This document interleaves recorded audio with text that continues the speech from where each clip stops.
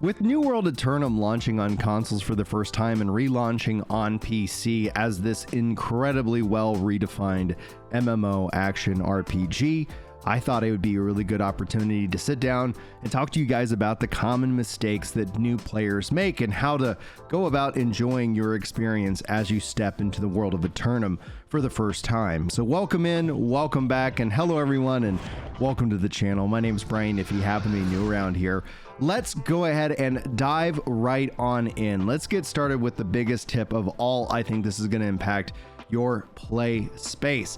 Pressing K or the keyboard, or if you guys are controller players like myself, you can jump into the controller guide if you need help with that. One of the biggest mistakes is not assigning your skills on your weapons. You can see here this musket's got a beautiful little spinning one. That means I have a point available. But here's the real kicker. It's more important that you assign action skills that are going to be on your bar first. But the best news about this is you can respec for free as you're leveling up, and even if you're at level cap, and even if you get to a point where it is no longer free, it is incredibly cheap to do so. So first and foremost, don't sleep on your skills. When you use the weapons, you're going to get points.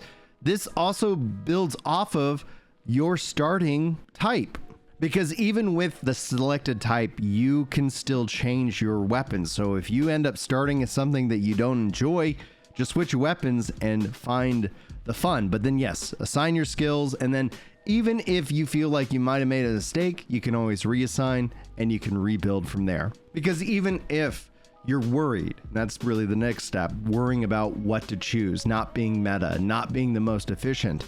The best thing is that as this game rolls out and it changes, that meta is going to shift.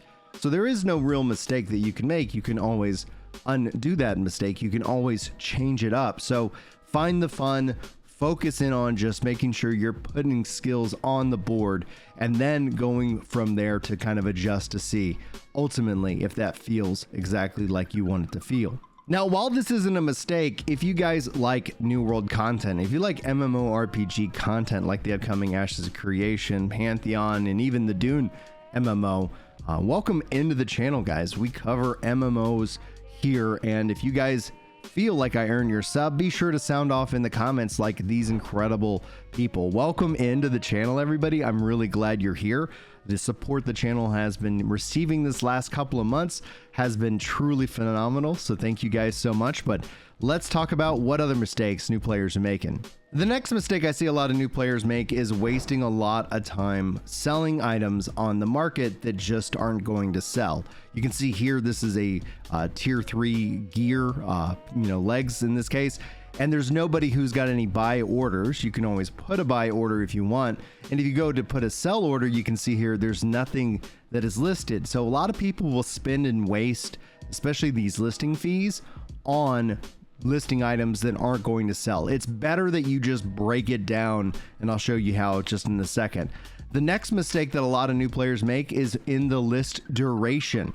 You want to try and keep this low, as it's going to save you plenty of money on the listing fee. But if you do put it up for a longer period of time, just note it's going to stay up, but you're going to have more coin on the line to make that sell. So just pay attention to your list duration.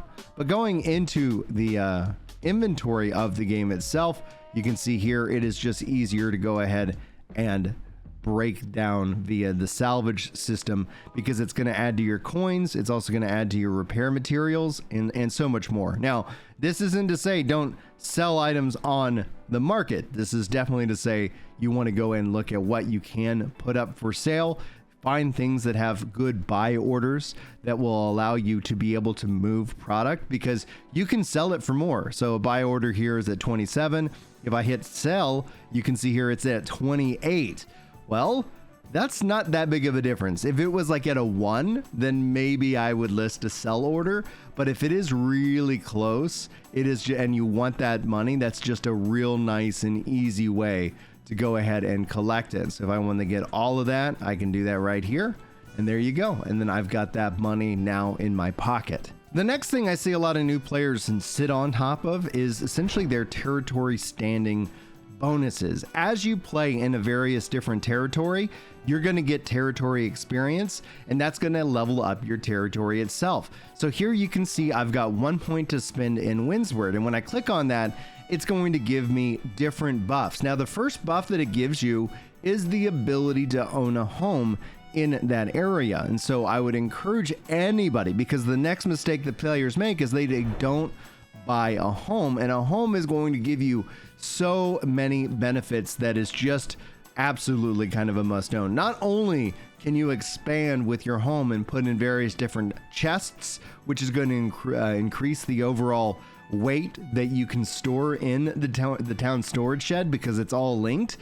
Not only do you get that, but you get the ability to recall to your home really at any point in time. Now, if I did a recall to home, there's going to be a cooldown depending on the size of the house that you get, but you can reset that cooldown by spinning a Zoth. So it really is a return to this zone wherever you are. And outside of that, plus an N, and the fact that you can actually own 3 homes, and I own 3 homes in this game, gives you a lot of ability to get around the world map for very cheap and quickly, and that is going to save you countless amounts of time. So as soon as you can afford it, buy your first home. It's going to come at a discount. Some people will argue that you can save up for the bigger home and use that first time buyer's discount on the bigger home. Nothing wrong with it, but if it does cost you a lot of downtime, I would go ahead and just get the smallest, most cheapest home so you get that benefit right away. And you can sell your home later. You can also, save up the money as you play. You're going to be making plenty of it. So I'd encourage that as one key aspect when playing this game. Now, another thing I want to really highlight for new players out there is your bag space. This is going to save you so much time when running around the world of Aeternum. Now, as you level up, you're going to unlock new bag spots, but you can always continue to upgrade those different bags. So pay close attention to the overall weight that the bag says that it has. Now, you can craft these. You'll find these via quests. You can also then go purchase these from the game itself. If you jump into the apparel section and into the bag section, you can see here it's got some very legendary size bags with a lot of weight, but obviously that's going to come with a hefty price tag. Prices will vary depending on your server and what is available, but you'll see a lot of different options and different rarities that you can sort. You can obviously click can afford, can use as a good thing to have, especially when searching on the market, so you don't end up purchasing something that you don't have the level to equip just yet. And some of these things are gated behind how you level. So pay attention to the bag itself. The gear score on the bag will be a huge hint, but it is not the be all end all, because you can see here they come with various different perks that also apply to your character. And that is something that is truly a lot of fun to kind of play around with. And my final tip is, one of the things I see a lot of new players do is they will go all around and they will not unlock the various different fast travel spots as they work their way through the map. Now, it's not necessarily easily apparent. You can always use your compass at the top of the screen. It will highlight things. You'll also see a blue glowing light from the ones that you haven't unlocked. And so that's going to be something that you're going to want to check out. And this is going to, again, be something that saves you countless amounts of time to be able to jump into areas really quickly once you've unlocked them. So be sure to make sure you're unlocking all of these different points. You can see here they're adding new points all the time, and here's one that I have yet to make it to, so we're going to go get that done right away. But that is what they look like. If they've got the silver outline, that means you have not unlocked them. If they've got the gold rim, then essentially that means that you have unlocked it. So be paying close attention to that. If you guys have any questions or you need any help, check out the Discord. It's free to join this community. You can always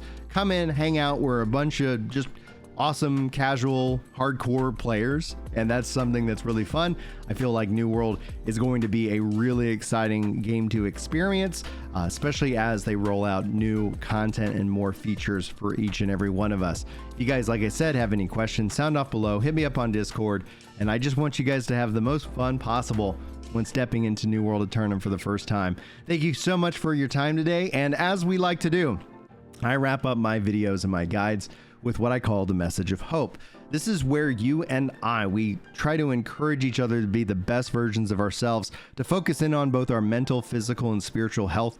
Working on these aspects are key to, I think, a good and healthy survival, not just in gaming and enjoying gaming for a long time to come, but to enjoy your life to its fullest. And today's talk is going to be focusing on kind of one key aspect. I want us to be people who really value the truth. I've been in a lot of fun online debates, and I'll put debates in quotes in this case. Sometimes it's people who just want to sit down and yell at you, and that's kind of what the internet is for to a degree. It is your responsibility to protect your mental health. If anything in these videos, if anything that I am ever kind of just trying to encourage is something that's going to just set you off and set you down a dark path, well, honestly, like, just click off. Like, protect yourself, protect your mental health in an online space. A lot of people can get addicted to it, and it leads to tragedy. But the real thing here is I want you to be somebody who seeks out and values the truth. That means that you need to be a truth teller. Integrity is the name of the game here. It's so important to be an honest person. And this isn't like a light switch. I think this is something that, like with empathy and with all of these different kind of things that we have about ourselves, they take practice.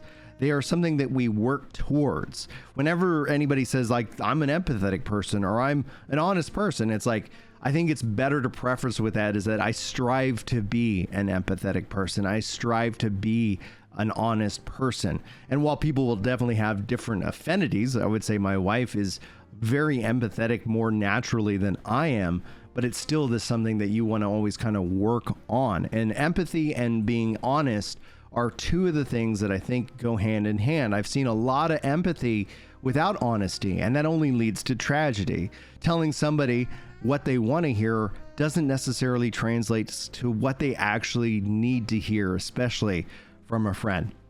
Life can be tough, and I got some sad news the other day from another guy, unfortunately self-deleted, and that's why these talks are so important, because you're worth living, you're worth loving, and you can overcome the struggles that you're facing right now. But it begins with being honest with yourself. Reach out to a friend, reach out to a therapist, reach out. It's not a sign of weakness. It is literally the strongest thing that you can do. And I know how strong you can be. I need you to believe in yourself in that regards, but be honest with yourself and where you stand. Any friend that you have would happily hear your story and your struggle rather than attend your funeral. So fight for your life and fight for yourself and be honest about it, dadgummit. Thank you guys so much for tuning in. Hopefully you enjoyed today's video and hopefully you got something good out of it. Until next time, I will see you guys in Aeternum.